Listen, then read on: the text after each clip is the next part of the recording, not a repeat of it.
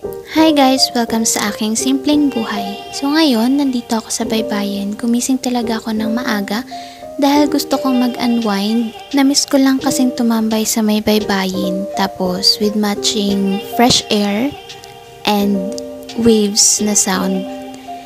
And timing naman yung pagpunta ko dito kasi napakakalmado ng tubig. Nakaka-relax talaga siya. Ayan. 6 AM na yata ako gumising, tapos mga 6:30 na ngayon. Kasama ko si Papa nagpunta dito and ngayon hindi ko na alam kung nasan siya and for sure ako na lang talaga dito mag-isa.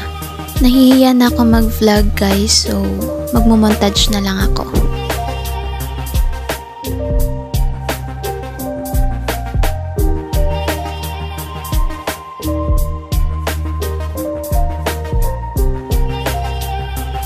Nakauwi na ako guys, tapos maglalaban na sana ako nang napalingon ako at nakita ang itong prutas na manilaw-dilaw.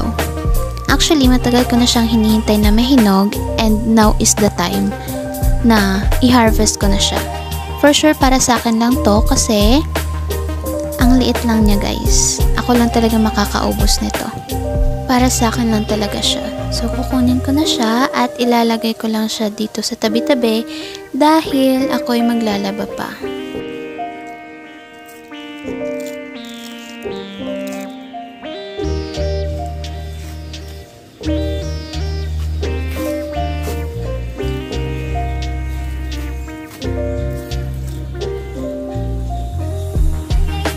So ayun, tapos na ako maglaba and now ay magluluto ako ng aming tanghalian. Nakabili kami kahapon ng buto-buto ng baboy, so yun yung lulutuin ko ngayon. Simpleng luto lang, yung lalagyan ko lang siya ng repolyo na may konting sabaw. Ganun. Ito yung nabili namin buto-buto ng baboy kahapon, so lalagyan ko lang siya ng konting asin, pampalasa, and imamassage ko lang.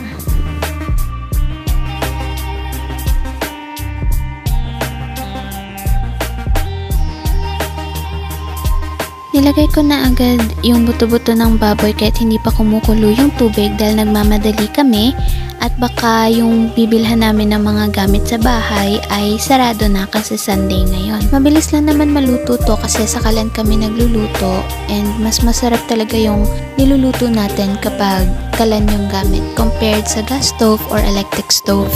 Habang hinihintay ko siyang kumulo, kukuha muna ako ng tanglad sa labas.